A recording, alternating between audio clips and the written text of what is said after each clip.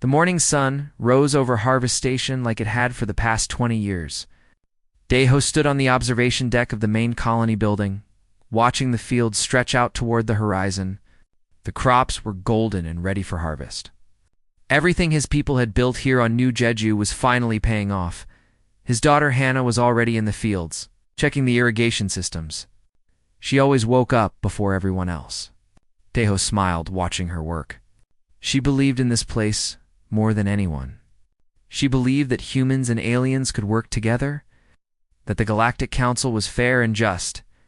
Deho wanted to believe that too. But he had lived longer than his daughter. He had seen things that made him careful. The colony had 3,000 people. Most were farmers, but some were engineers and teachers. They grew special protein crops that dozens of alien worlds bought from them. The work was hard but honest. They were building something good here. Deho's communication device buzzed. It was Taesoon, the station's security chief. His voice sounded worried. "Governor, we have ships coming in. Big ones. They're not scheduled." Deho felt his stomach tighten. "How many?" 20 vessels. Military class. They're dropping out of faster-than-light travel right now. Deho ran to the command center. The screens showed massive ships entering orbit around New Jeju. They were scale-on vessels, covered in dark metal armor. Their weapons were already charged and glowing. "Open a channel," Deho ordered. The main screen flickered and showed a reptilian face. Commander Vithras of the Scale-on Empire. His scales were dark green and his eyes were cold like a snake's. He wore a military uniform covered in metals. "Governor Deho," Vithras said. His voice was rough and harsh. "By order of the Galactic Council, this colony is hereby seized for violation of quarantine protocols. You have grown restricted biological materials. Your license is revoked." Deho's mind raced. "Commander, there must be a mistake. All our crops were approved by council inspectors. I have the documentation right here." "Your documents are forgeries," Vethra said flatly. "You have 4 hours to prepare for evacuation. All assets will be confiscated. All colonists will be relocated to processing stations." Processing stations. Deho felt anger rising in his chest. "Those are refugee camps." "Commander, please review our records. Everything we grow here was legally approved. Let me send you the files." Vethras's face showed something like amusement. "I don't care about your files, human. The council has made its decision. You are a junior species. You follow orders. That is how this works." The channel closed. Deho immediately called his senior staff. Within minutes, everyone was in the command center. Hannah arrived last, her boots still covered in dirt from the fields. "What's happening?" she asked. Deho explained quickly. Hannah's face went pale, then red with anger. "But that's not legal. We followed every rule. We paid every fee. We filed every report." "I know," Deho said quietly. Taesoon pulled up the colony's legal records. Everything was in order. Every crop, every seed, every shipment had been approved and documented. There was no violation. "They're lying," Hannah said. "Why would they lie?"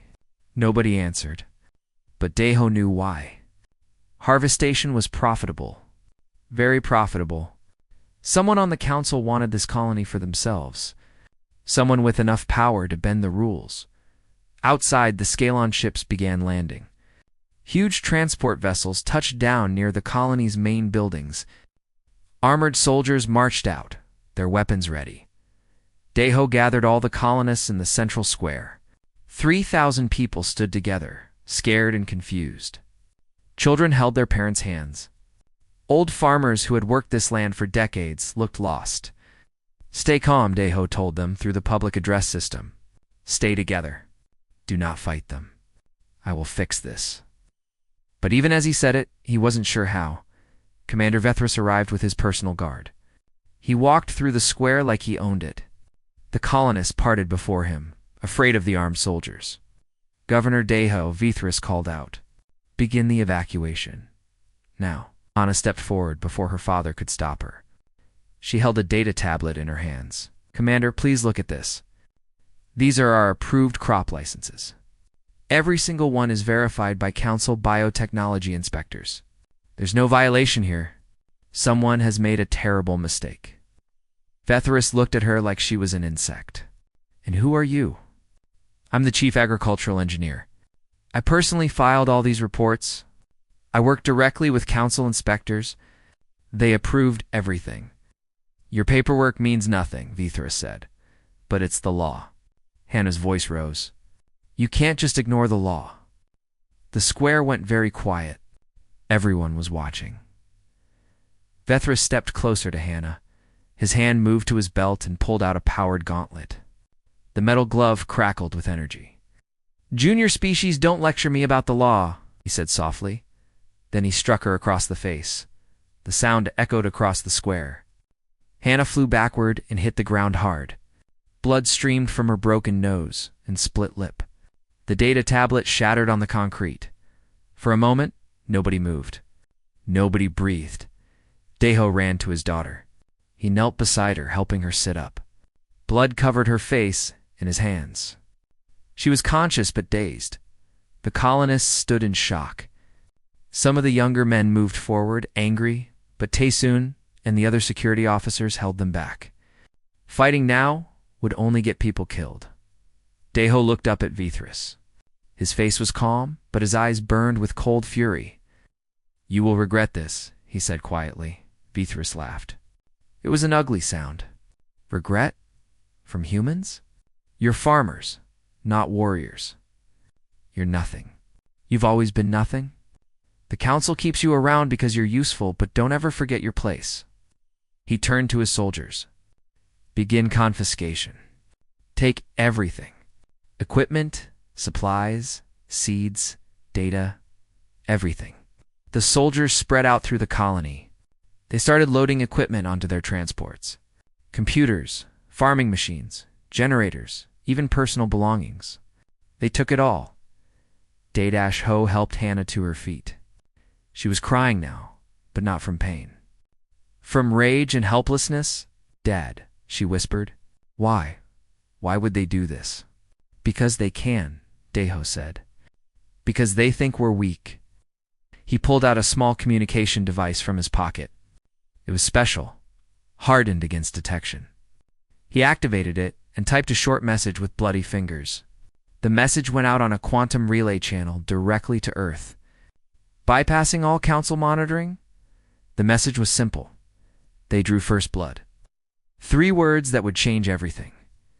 Ho watched the Scalon soldiers destroy everything his people had built. He watched them laugh while doing it.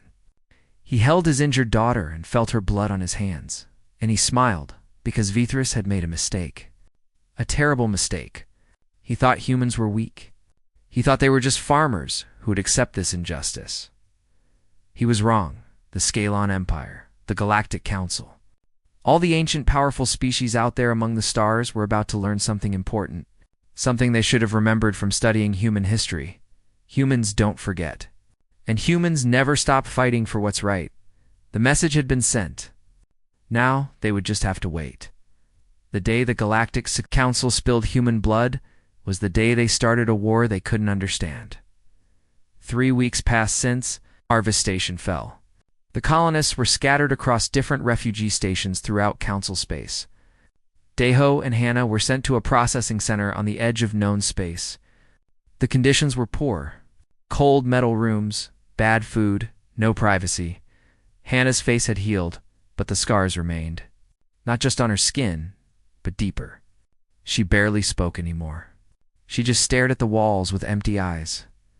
Deho watched his daughter fade and felt rage building inside him. But he kept it controlled. He waited.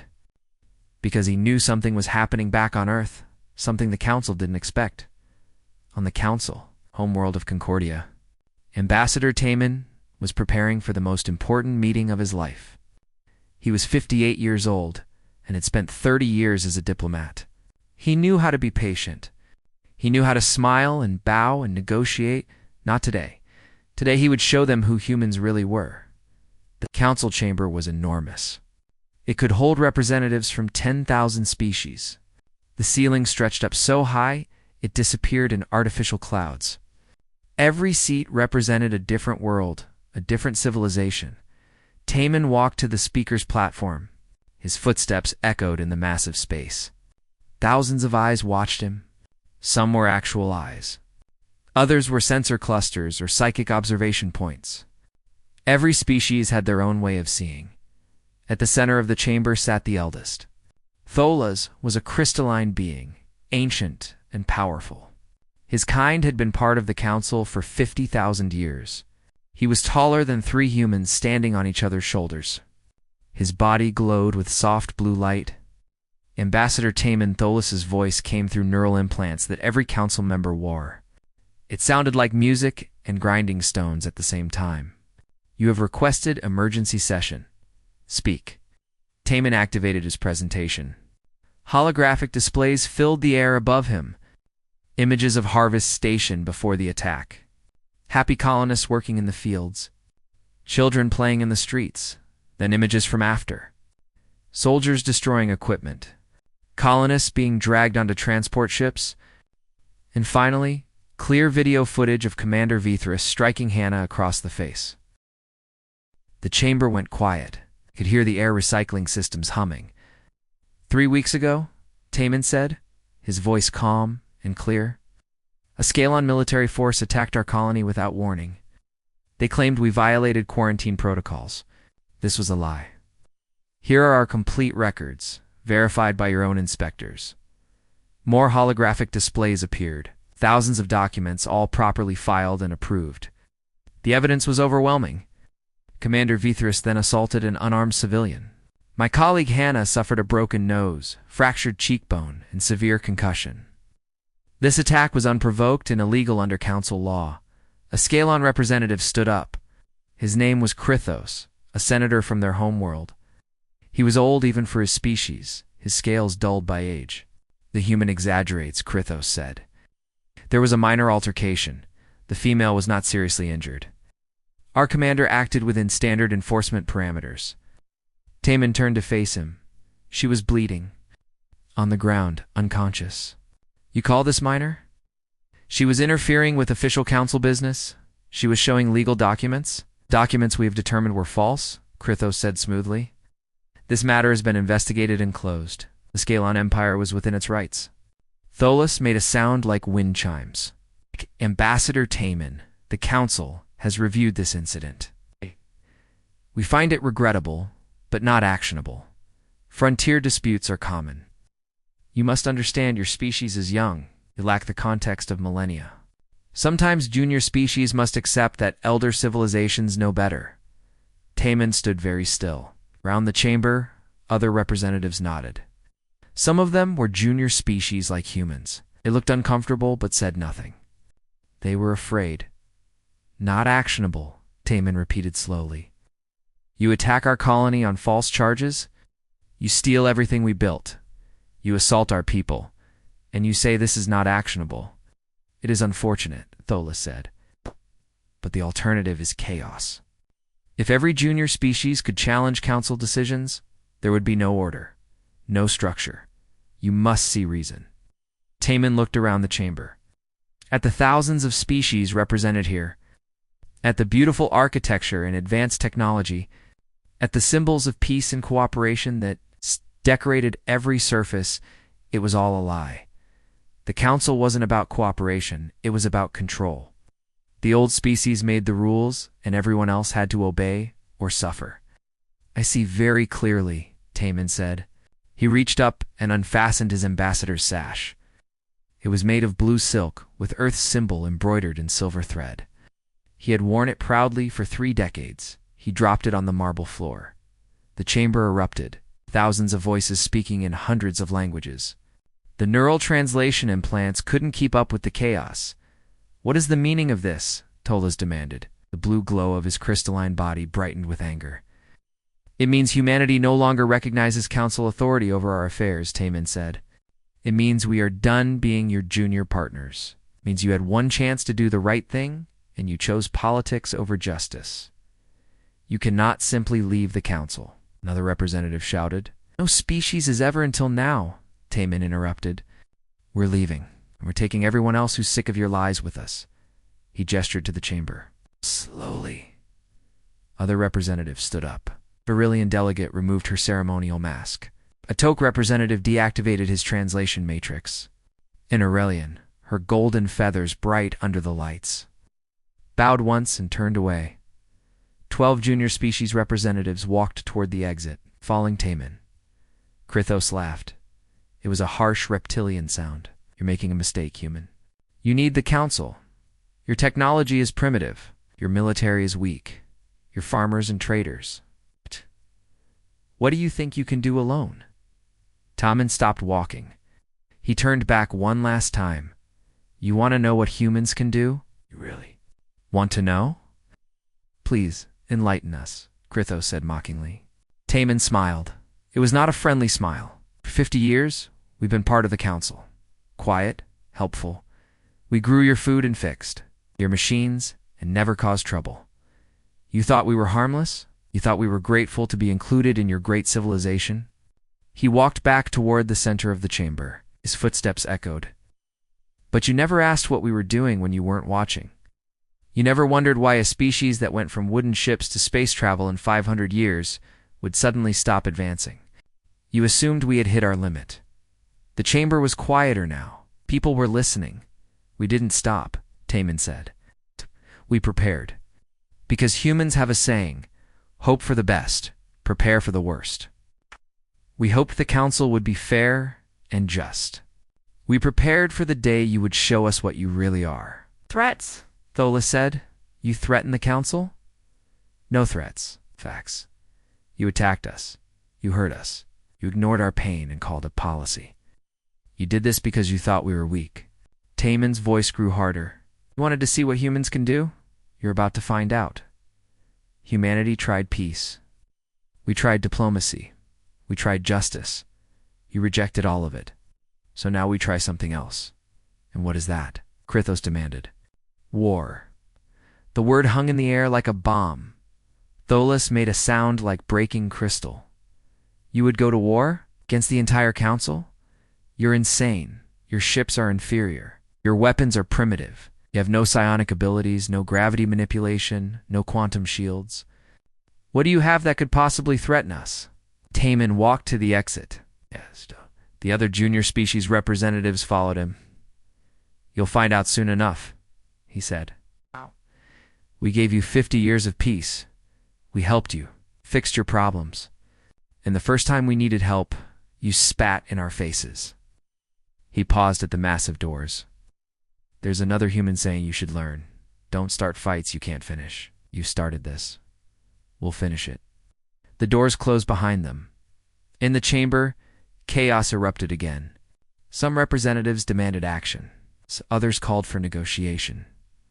The Scalon delegation sat quietly, unconcerned. They had warships, advanced technology, thousands of years of experience. What could humans possibly do? Krithos turned to his aide. Monitor their military movements. If they try anything, we'll crush them quickly. Make an example. The aide nodded and began sending messages. None of them noticed Taman's smile as he left. None of them understood what was coming. Because for 30 years, while humanity played nice and sold crops and fixed machines, they had been building something the council never suspected. The message from Harvest Station had reached Earth 3 weeks ago. 3 words. They drew first blood. And Earth had responded. The human defense fleet was mobilizing. Ships that the council had never seen were leaving hidden bases. Weapons that shouldn't exist were being armed. Soldiers who trained for this exact moment were boarding transports. The Galactic Council had made a choice. They chose violence over justice. Now they would learn what happens when you make humans bleed. Deep beneath the surface of Earth, in a facility that didn't exist on any official maps. Fleet Admiral J1 stood before a room full of officers. The underground complex stretched 4 kilometers under the mountains near New Sol. It had taken 30 years to build and even longer to keep secret. The briefing room was huge. 200 officers sat in rows, their faces serious. These were the best military minds humanity had. They had trained for this moment since the day they joined the service. On the massive screens behind J1, Star maps glowed with tactical data. Council worlds marked in blue, human colonies in green, and new markers in red, spreading out from hidden bases that the Council didn't know existed. "The Council believes we are farmers," Jaewon began. His voice was quiet, but everyone heard every word. "They believe we are weak. They've forgotten something important about Earth's history." He activated the next display. Images of human warfare appeared. Ancient battles with swords and arrows. Wars with guns and tanks. Nuclear weapons lighting up the sky. Soldiers fighting in cities and jungles and frozen wastes. Humans have been at war for our entire history. We have fought each other for thousands of years. We've developed warfare into a science. While the Council was enjoying peace for millennia, we were learning every possible way to kill and destroy. The officers sat in silence. They all knew this history. They had studied it, learned from it. 30 years ago, we joined the Council. They gave us technology. Faster-than-light travel, advanced materials, energy systems we had never dreamed of. They thought they were helping a primitive species catch up. Jaewon smiled coldly. They didn't understand what they were giving us. They handed warfare tools to the one species that truly understands war, and we've been preparing ever since. He activated another display. Massive warships appeared on the screens, but these were different from Council vessels. They were brutal and functional, covered in armor and weapons. No elegant curves or artistic designs, just pure military power. These are our dreadnoughts. We've built 20 of them in hidden shipyards beyond Council space. Each one carries more firepower than a standard Council battle group. The officers leaned forward, studying the specifications. The Council relies on energy shields and gravity weapons. They've been using the same basic technology for 10,000 years. Why improve when you're already the strongest? J1 pulled up more images. Smaller ships, sleek and dark. Our stealth frigates. The Council believes stealth in space is impossible. They're wrong. We've developed hull materials that absorb scanning beams and engine systems that produce minimal signatures. We can get within weapons range before they even know we're there.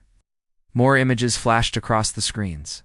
Carriers, destroyers, support vessels, orbital platforms. But our greatest advantage isn't technology, J1 said. It's doctrine. The Council fights the way they've always fought. Formation battles. Honor engagements. They announce their attacks and fight in designated zones. They treat war like a sport, with rules. He paused, letting that sink in. We don't. A door opened and a young woman entered. She was barely 30, wearing an engineer's uniform. Her name was Yuna, and she was one of the brightest minds in human military research. "Thank you, Admiral," she said, taking over the presentation. "I'm going to explain what we call kinetic saturation doctrine." She pulled up new displays showing weapon systems. The Council has powerful shields. Energy weapons are mostly useless against them. So we stopped trying to penetrate their shields. Instead, we overwhelm them. An animation played on the screen. A human ship firing thousands of projectiles at a shielded target. These are railguns. Simple technology compared to plasma cannons or particle beams. They fire solid projectiles using electromagnetic acceleration. We've improved them significantly. The animation showed the projectiles hitting the shield. The first few were absorbed. Then more and more struck. Finally, the shield collapsed, and the remaining rounds tore through the target. Our main guns can fire tungsten rods at 3% of light speed. Each round carries the kinetic energy of a small nuclear weapon. One shot won't penetrate a Council shield. But we can fire 100 rounds per minute, Yuna smiled. Even the best shield can only absorb so much energy. Overwhelm it, and it fails. Then you're just shooting at unprotected hull. She changed the display to show missile systems. Our missiles are even better. They carry no explosives. Each one separates into thousands of smaller projectiles just before impact. Imagine 1,000 tiny bullets hitting the same shield at the same moment. Ow. The officers nodded. They understood. This was brilliant and simple at the same time. The Council has never fought an enemy that uses these tactics. They've fought rebels with stolen weapons, pirates with old ships. They've never fought a real military force using coordinated saturation attacks. J1 stepped forward again. There's one more thing the Council has forgotten. They've been at peace for so long that they've lost their edge. Their captains train in simulators. Their soldiers practice in safe environments. They've never experienced real combat. He gestured to the officers. Every person in this room has studied warfare. Real warfare. We've learned from every conflict in human history. We know what it's like when people are trying to kill you. We know how to make hard decisions under pressure. We know how to win. The room was absolutely silent. The Council attacked Harvest Station. They hurt our people. They ignored our pleas for justice. Now they think the matter is closed. They think we'll accept this and move on. J1's expression hardened. They're wrong. We're going to show them what happens when you make humans bleed. We're going to show them that being old doesn't make you strong, that having advanced technology doesn't make you warriors. He activated the final display. It showed deployment orders for the entire human defense fleet. All ships are to launch within 48 hours. First wave will hit Council enforcement stations. Second wave will target Scalon military facilities. Third wave will begin strategic strikes on key infrastructure. The officers began checking their data tablets, reading their specific orders. This is not a revenge mission, J1 said. This is war. Real war.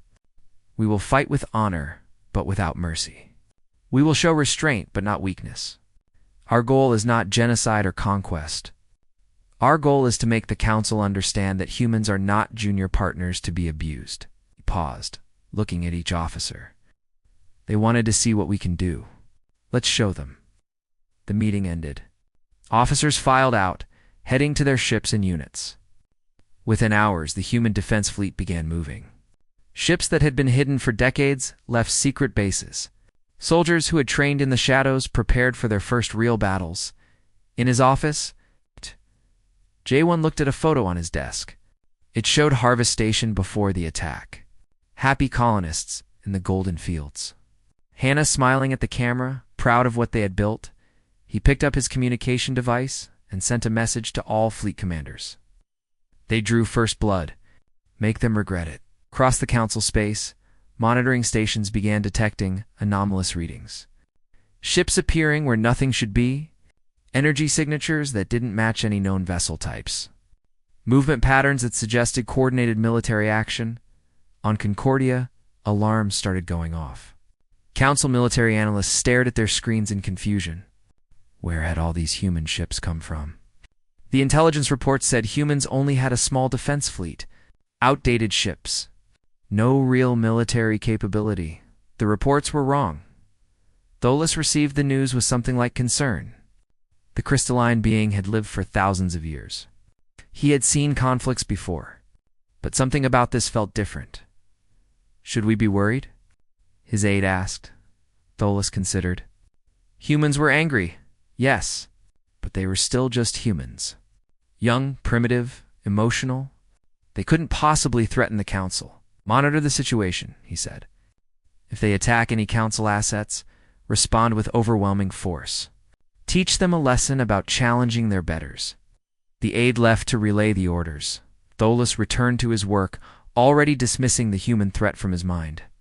They would learn. All young species eventually learned their place. He didn't know that in 48 hours, the galaxy would change forever. He didn't know that humanity had spent 30 years preparing for this moment. He didn't know that the peaceful farmers and traders had another face. The face of warriors. And warriors. Real warriors don't just fight battles. They win wars.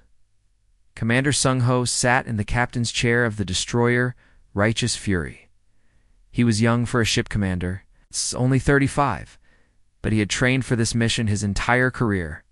Around him, the bridge crew worked at their stations with quiet efficiency. They had practiced this operation 1,000 times in simulation. Now, it was real, the Righteous. Fury hung in space, at the edge of the Scalon home system. On the main screen, the planet Vector glowed blue and green. A beautiful world home to 6 billion Scalons, the heart of their empire. Status report, Sunko said calmly. All systems operational, replied Kyung, the weapons officer. Railguns charged and ready. Missiles armed. Stealth systems at maximum. Communications. All channels ready, Commander. Broadcasting equipment tested and functional. Sung-Ho nodded. He looked at the planet on the screen. Somewhere down there, people were living their normal lives. Going to work, raising children, completely unaware of what was about to happen. He felt a moment of regret. Not for what he was about to do, but for why it was necessary. Open all channels. Every frequency. I want every screen on that planet to show what I'm about to say. The communications officer worked quickly. Within seconds, the signal was ready. You're broadcasting, Commander. Ack! Sung-Ho took a breath. He thought about Harvest Station. About Hannah's broken face. About 3,000 colonists who had lost everything. About Commander Vithras laughing while humans bled. People of Vactor, he began, his voice calm and clear. My name is Commander Sung-Ho of the Terran Navy. 1 month ago, your military forces attacked our colony of Harvest Station without provocation. They destroyed our homes. They stole our property. And they assaulted our civilians. Old! On Vactor, every screen suddenly showed a human face. Televisions, computer monitors, public displays, even personal communication devices. The entire planet was watching. The Scalon Defense Fleet detected the human ship. Alarms blared across military stations. Dozens of warships began moving toward the Righteous Fury's position. Admiral Rothak commanded the home fleet. He was old and experienced, with hundreds of battles in his past. He looked at the tactical display and laughed. One ship? One human ship dares to enter our home system? He opened a communication channel to the human vessel. Human Commander, you have made a fatal mistake. Surrender now, and we may show mercy. On the Righteous Fury's bridge, Sung-Ho smiled slightly. Admiral Rothak, your government has refused to take responsibility for the attack on our people.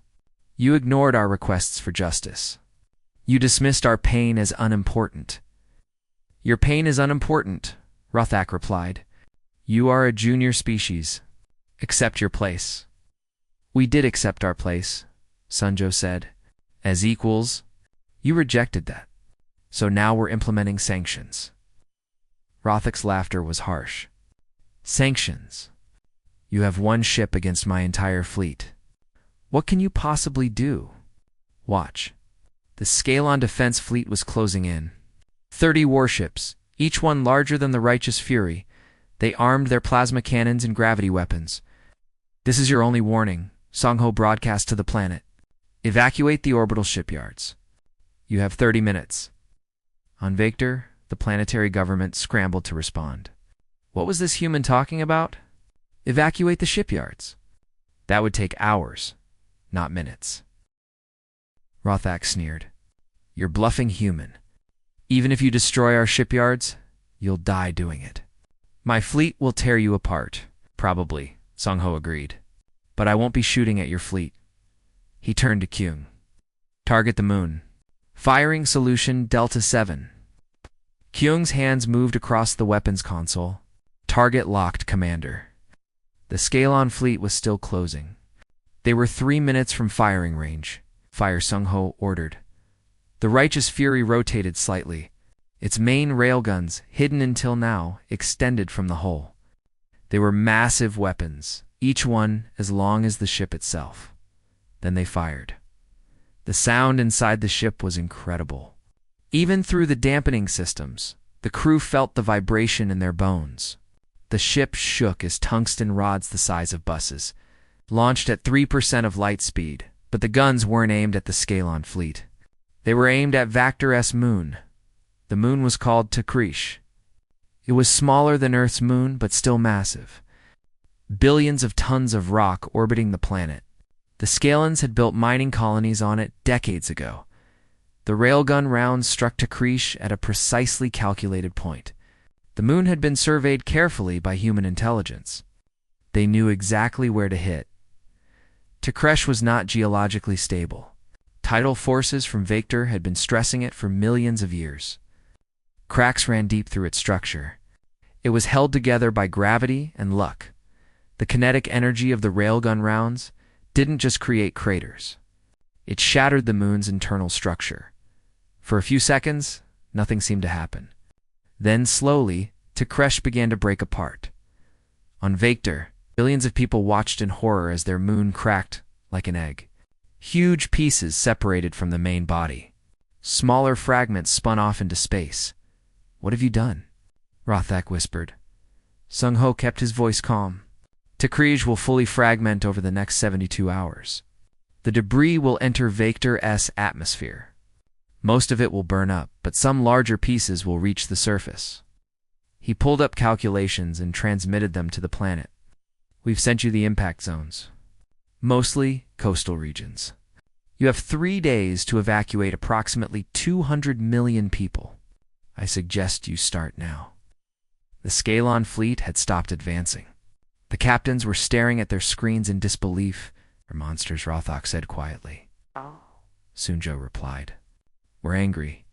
There's a difference. We calculated this strike carefully. Those impact zones are mostly industrial areas and ports. Residential zones inland will be safe. Yes, there will be damage. Yes, there will be casualties if you don't evacuate. But we're not trying to kill your civilians," he paused. "We're trying to make a point. You attacked our civilians. You hurt them. You laughed about it.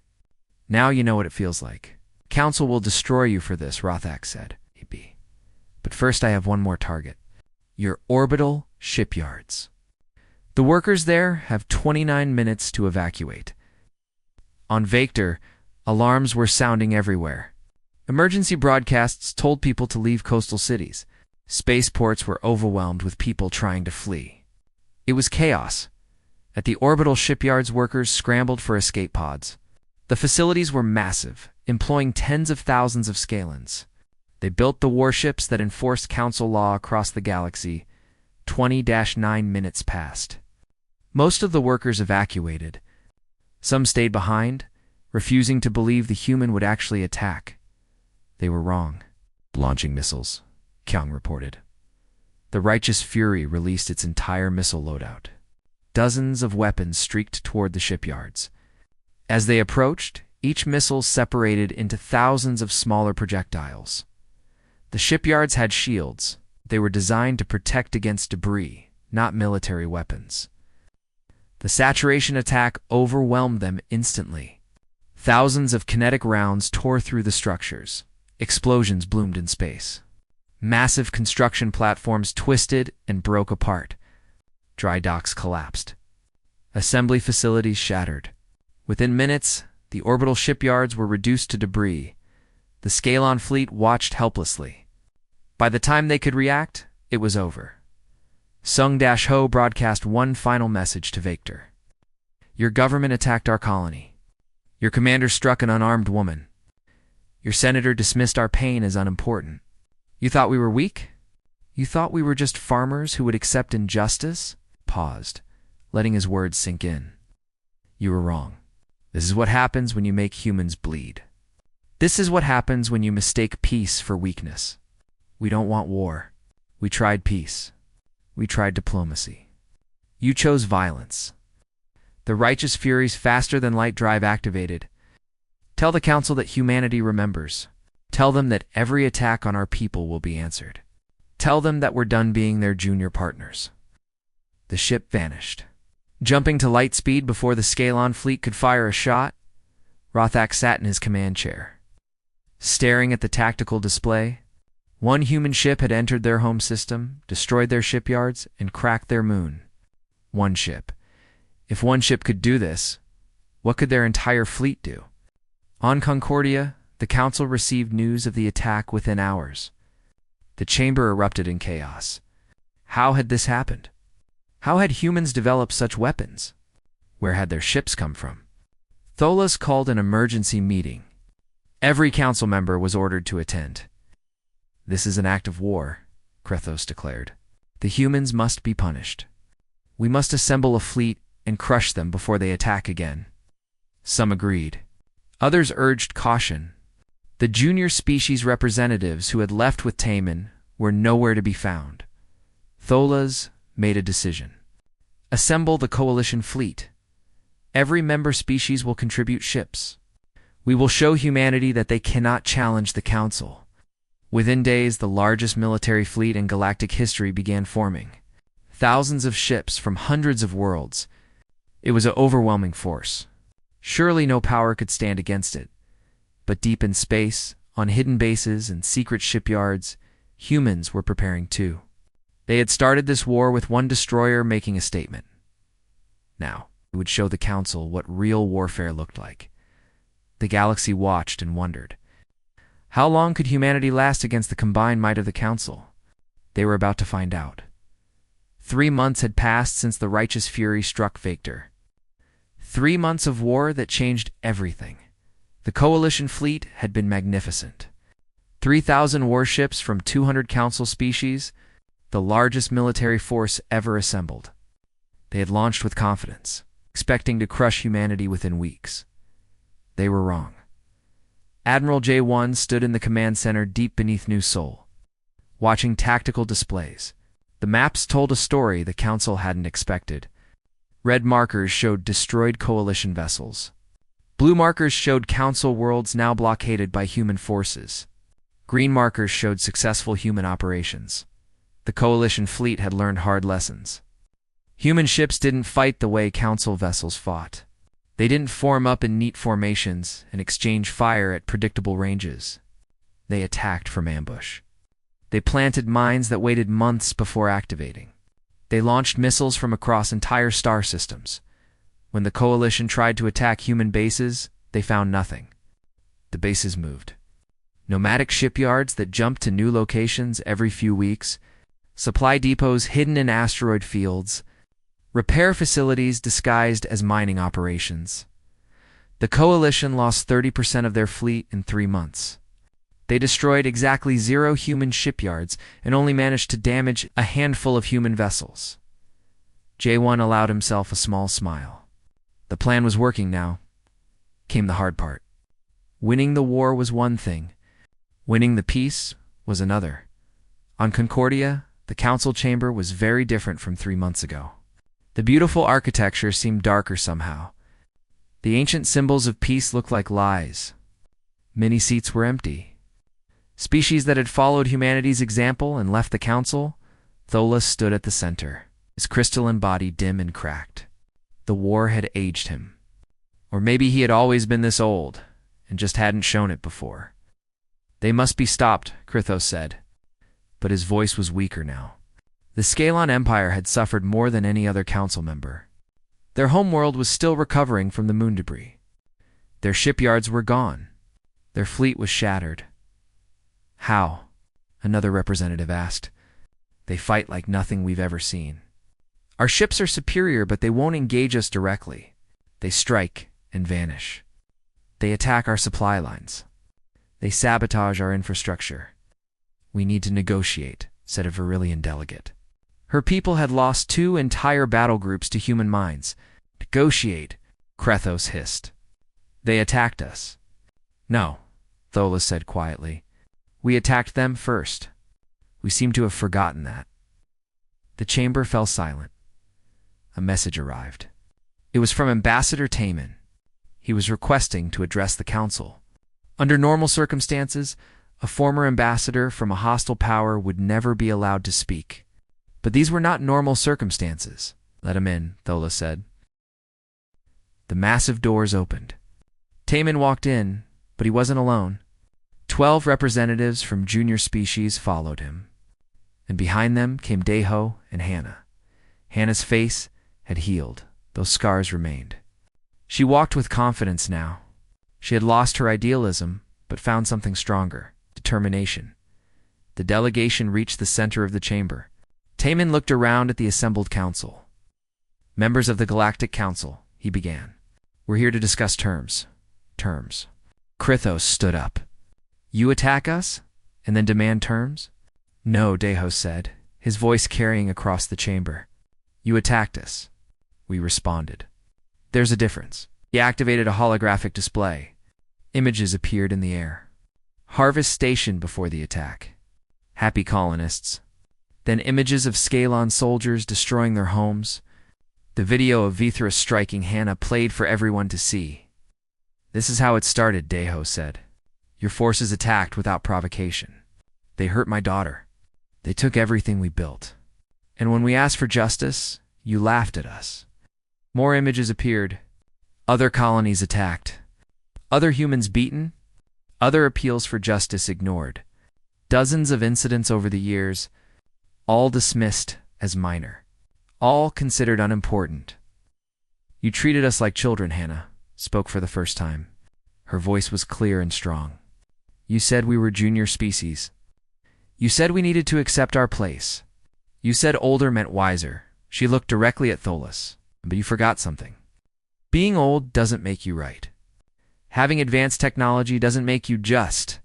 And power without accountability is just tyranny." "We are not tyrants," Tholas said, but his voice was uncertain. "Then why did you allow this?" Taman gestured to the images. "Why did you let your enforcers hurt civilians? Why did you ignore appeals for justice?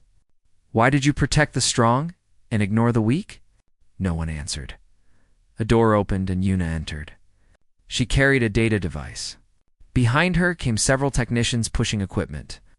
"What is this?" Tholas demanded. "A demonstration," Yuna said calmly. She activated the equipment. A holographic image of Concordia appeared, floating in the center of the chamber. Then dozens of red dots appeared around the planet. "These are kinetic weapons platforms," Yuna explained. "We placed them in orbit around every Council Core world 3 weeks ago. You never detected them because they're dormant. No power signature. No active systems. Just waiting." The chamber erupted in shouting. "Threats, accusations, silence," Tholas commanded. The room obeyed. "You threaten us? In our own chamber?" "No," Yuna said. "We're explaining reality. These platforms exist. They can be activated at any time. Each one carries enough kinetic weapons to overwhelm your planetary shields." She paused. "But we're not going to use them. They're not a threat. They're a reminder. You thought your shields made you safe. You thought your technology made you invincible. We showed you that you're wrong." Deho stepped forward again. "We don't want to destroy you. We never wanted war. We wanted justice. We wanted to be treated as equals. We wanted the Council to be what it claims to be. Fair, just protective of all species, not just the old ones." "What do you want?" Tholas asked quietly. Tay Dashman pulled out a document. "Our terms are simple. First, complete restoration of Harvest Station and full reparations to all affected colonists. Second, Vethris and Krithos will stand trial for their crimes in a neutral court. Third, the Council Charter will be reformed. Reformed how? Equal representation for all species. Real protection for civilian rights. Independent courts to hear grievances. Limits on Council enforcement powers. Accountability." Krithos laughed bitterly. "You want to destroy the Council?" Ohana said. "We want to save it. The Council was built on a beautiful idea. Different species working together. Peace through cooperation. But somewhere along the way, you forgot that peace has to be just. That cooperation requires respect." She looked around the chamber. "You built a system where the strong do what they want and the weak suffer. That's not peace. That's just quiet oppression. We're offering you a chance to fix it, and if we refuse?" Tholas asked. "Then the war continues," Jaewon said. He had appeared on a communication screen broadcasting from Earth. "You'll lose. Not today. Maybe not this year. But eventually, because we're not going to stop, we're not going to accept injustice. We're humans. We've been fighting for what's right since we climbed down from the trees." The Council chamber was silent. Every representative was thinking, calculating. The war had cost them greatly. Not just ships and resources, but confidence. The Invincible Council had been hurt by a junior species. What did that mean for the future? Tholas glowed brighter for a moment, then dimmer. He was thinking about 50,000 years of Council history, about all the good they had done, about all the mistakes they had made. "We need time to discuss this," he said finally. "You have 3 days," Taman replied. "After that, we assume you've chosen war." The human delegation left the chamber. For 3 days, the council debated. Arguments raged. Some wanted to fight. Others wanted peace. The junior species that remained in the council demanded reform. The elder species resisted change. But slowly, reality set in. The coalition fleet was shattered. The humans had weapons platforms around their core worlds. The war was not going well, and more species were leaving the council every day. On the 3rd day, Tholas called for a vote. The reforms passed. Not unanimously.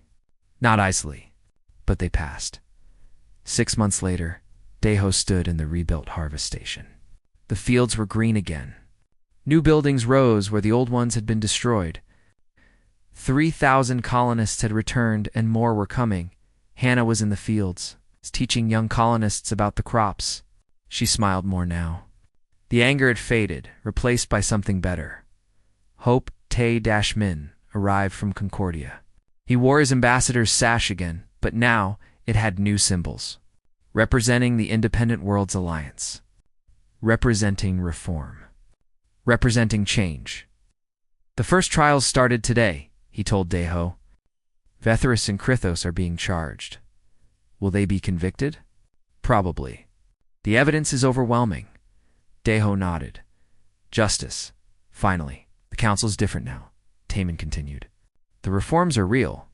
Junior species have equal votes. There are protections for civilians. Independent courts. It's not perfect, but it's better. Was it worth it? Deho asked. The war. The deaths.